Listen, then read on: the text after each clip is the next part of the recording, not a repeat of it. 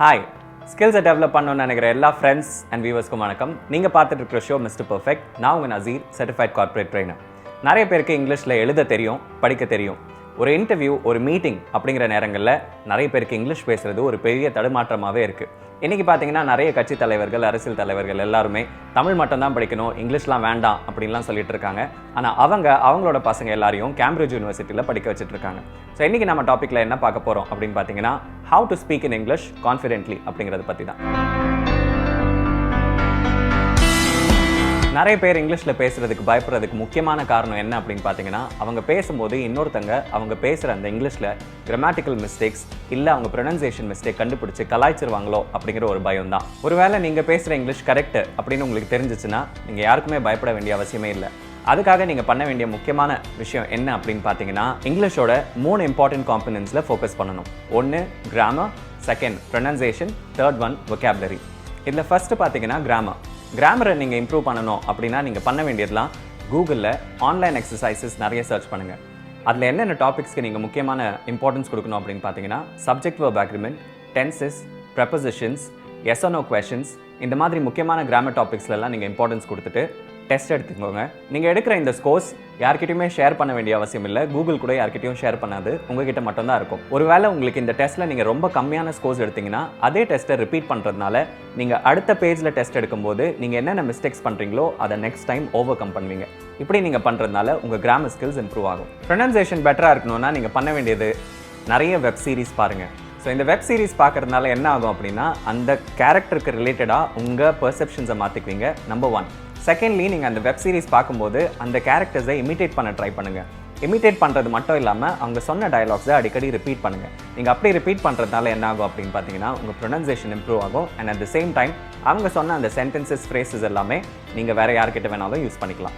நிறைய பிபிஓஸ் எல்லாமே தமிழ்நாட்டில் இருக்கிறதுக்கு முக்கியமான காரணம் என்ன அப்படின்னு பார்த்தீங்கன்னா, நம்ம ஊரில் தான் எல்லாராலையும் இங்கிலீஷ் மட்டும் இல்லாமல் வேறு எந்த லாங்குவேஜஸ் கொடுத்தாலும் ஈஸியாக பேசக்கூடிய தகுதி இருக்குது.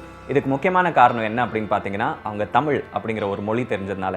தமிழ்நாட்டில் இருக்கிற நம்ம எல்லாருக்குமே உச்சரிப்பு அப்படிங்கிறது ஒரு பிரச்சனையாகவே இருக்காது. இதுக்கு என்ன முக்கியமான காரணம் அப்படின்னு பார்த்தீங்கன்னா, தமிழில் 247 எழுத்துக்களை கொண்ட லாங்குவேஜை நம்ம எல்லாருமே கற்றுக்கிட்டு இருந்திருக்கோம்.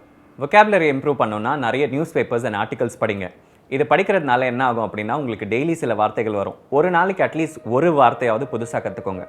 நீங்கள் வார்த்தைகளை மட்டும் தேர்ந்தெடுத்து கற்றுக்கிறதுக்கு பதிலாக அந்த வார்த்தைக்கு சம்மந்தமான அந்த சென்டென்ஸ் முழுசாக கற்றுக்கிட்டீங்க அப்படின்னா அந்த சென்டென்ஸ் முழுசாகவே உங்கள் மைண்ட்குள்ளே இருக்கும். நீங்கள் என்ன பண்ணலாம் அப்படின்னா, உங்கள் ஃப்ரெண்ட்ஸ் கிட்ட அன்றைக்கி அந்த மாதிரி ஒரு சிச்சுவேஷனை நீங்களே க்ரியேட் பண்ணி அந்த சென்டென்ஸை உங்கள் ஃப்ரெண்ட்ஸ் கிட்ட யூஸ் பண்ணிவிடுங்க. இப்படி நீங்கள் யூஸ் பண்ணுறதுனால அந்த சிச்சுவேஷன், அந்த ரியாலிட்டி எல்லாமே சேர்ந்து உங்கள் மைண்டில் ஃபிக்ஸ் ஆகிருக்கும். அப்புறம் அந்த வேர்ப் உங்களுக்கே சம்மந்தமாயிரும். அதுக்கப்புறம் இந்த vocabulary உங்களோட டே டு டே லைஃப் யூசேஜில் வந்துடும். இதெல்லாம் ஓகே. ஆனால் இங்கிலீஷ் பேசும்போது எனக்கு கான்ஃபிடன்ஸ் வர மாட்டேங்குது அப்படின்னு நீங்கள் நினச்சிங்கன்னா, நீங்கள் பண்ண வேண்டியதுலாம் உங்கள் ஃப்ரெண்ட் இல்லை யாராவது உங்ககிட்ட இங்கிலீஷ் பேச வரும்போது அவங்கள விட கொஞ்சம் டாமினண்ட்டாக பேசுங்க. அவங்க பேசுகிற வால்யூமை விட கொஞ்சம் ஒரு 0.5 இன்க்ரீஸ் பண்ணி பேசினீங்கனாலே உங்கள் ஆப்பனண்ட் நீங்கள் கான்ஃபிடென்ட்டாக இருக்கீங்க அப்படிங்கிறத புரிஞ்சுக்குவாங்க. மோஸ்ட் இம்பார்ட்டன்ட்லி, யாராவது உங்ககிட்ட ஒரு கேள்வி கேட்டாங்கன்னா 1 word ஆன்சர் சொல்லி எஸ்கேப் ஆகாதீங்க. ஃபார் அன் எக்ஸாம்பிள், இப்போ யாராவது உங்ககிட்ட ஹவ் ஆர் யூ அப்படின்னு கேட்டாங்கன்னா ஃபைன் அப்படின்னு சொல்லிட்டு எஸ்கேப் ஆகிறத விட I'm fine, thank you so much, how about you அப்படின்னு நீங்கள் கேட்டிங்கன்னா அவங்கள விட நீங்கள் கொஞ்சம் ஒரு படி அதிகமாக இருக்கீங்க அப்படிங்கிறது உங்கள் ஆப்பனண்ட்க்கு புரிய வரும். அடுத்ததான் நம்ம பார்க்க போகிறது 8 important tips to speak in English confidently. First tip என்னன்னு பார்த்தீங்கன்னா, accept English is not a great language. நிறைய பேர் இந்த லாங்குவேஜில் பேசினா தான் கெத்து, இந்த லாங்குவேஜ் தான் இன்டர்நேஷனல் லாங்குவேஜ், இந்த லாங்குவேஜ்க்கு ஈடே கிடையாது அப்படின்னு நிறைய பேர் சொல்லுவாங்க. ஆனால் உண்மையில் பார்த்தீங்கன்னா இது ஒரு ரொம்ப பாவப்பட்ட லாங்குவேஜுங்க. ஏன் அது பாவப்பட்ட லாங்குவேஜ் அப்படின்னு சொல்கிறேன்னா, இப்போ தமிழ் மொழிக்கு தமிழ்நாடு தான் ஆரிஜின் அப்படின்லாம் இருக்கு இல்லையா? அதே மாதிரி இங்கிலீஷோட ஆரிஜின் என்ன அப்படின்னா யாருக்குமே தெரியாது. கண்டிப்பாக அது US, UKக்கு சொந்தமா அப்படின்னு கேட்டிங்கன்னா கண்டிப்பாக சொந்தம் இல்லைங்க. இது வந்து ஒரு நான் ஃபெனட்டிக் லாங்குவேஜ் அப்படின்னு சொல்கிறாங்க. நான் ஃபெனட்டிக் லாங்குவேஜ்னா என்ன அப்படின்னா, எழுதுறதுக்காக ஒரு எழுத்துக்களும் உச்சரிக்கிறதுக்காக ஒரு எழுத்துக்களும் கண்டுபிடிச்ச ஒரு லாங்குவேஜ் தான் இங்கிலீஷ். தமிழ் அப்படி கிடையாதுங்க. நீங்கள் என்ன எழுதுறீங்களோ அதே தான் உச்சரிப்பீங்க. அடுத்ததான் நம்ம பார்க்க போகிறது இமிட்டேட் அண்ட் ஆக்ட் கான்ஃபிடென்ட். யாராவது உங்களுக்கு ரொம்ப பிடிச்சவங்க அழகாக இங்கிலீஷ் பேசினாங்கன்னா அவங்க பேசுகிற இங்கிலீஷை கேட்டு நீங்கள் வீட்டில் போயிட்டு இமிட்டேட் பண்ணி பாருங்கள். மோஸ்ட் இம்பார்ட்டன்ட்லி, நீங்கள் இங்கிலீஷ் பேசும்போது கான்ஃபிடென்ட்டாக இருக்கிற மாதிரியே நடிங்க. ஆட்டோமேட்டிக்கலாக நீங்கள் கான்ஃபிடென்ட்டாக இருக்கிற மாதிரி மற்றவங்களுக்கு புரிய வரும். Next, it is okay to make mistakes. நீங்கள் இங்கிலீஷ் பேசும்போது நீங்கள் நிறைய மிஸ்டேக்ஸ் பண்ணீங்க அப்படின்னா இட் இஸ் அப்சல்யூட்லி ஃபைன். இன்னொருத்தங்க நம்மளோட தப்பை கண்டுபிடிப்பாங்க, இன்னொருத்தங்க நம்மளை குறை சொல்லுவாங்க அப்படின்னு நீங்கள் நினச்சிக்கிட்டே இருந்தீங்கன்னா கடைசி வரைக்கும் நீங்கள் இங்கிலீஷில் மிஸ்டேக்ஸ் பண்ணிகிட்டே தான் இருப்பீங்க.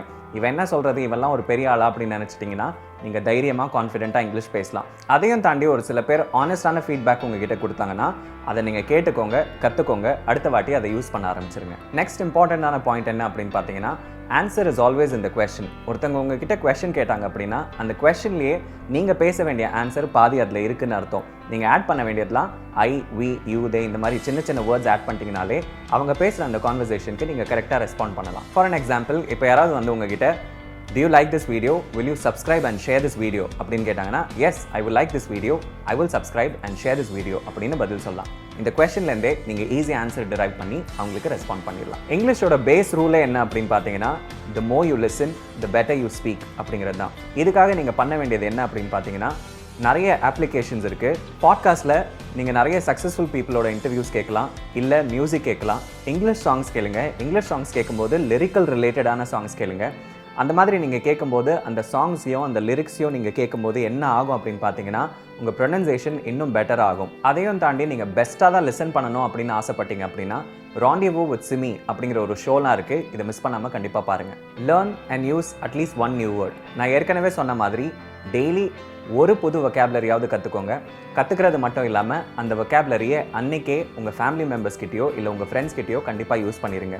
நீங்கள் இப்படி யூஸ் பண்ணுறதுனால என்ன ஆகும் அப்படின்னு பார்த்தீங்கன்னா, அந்த வேர்ட் உங்கள் கையில் கடைசி வரைக்கும் இருக்கும். Next step, memorise conversation starters. எல்லாருக்கும் பெரிய பிரச்சனை என்ன அப்படின்னு பார்த்தீங்கன்னா, இங்கிலீஷை ஸ்டார்ட் பண்ணுறது அப்படிங்கிறது தான் ஒரு பெரிய பிரச்சனை.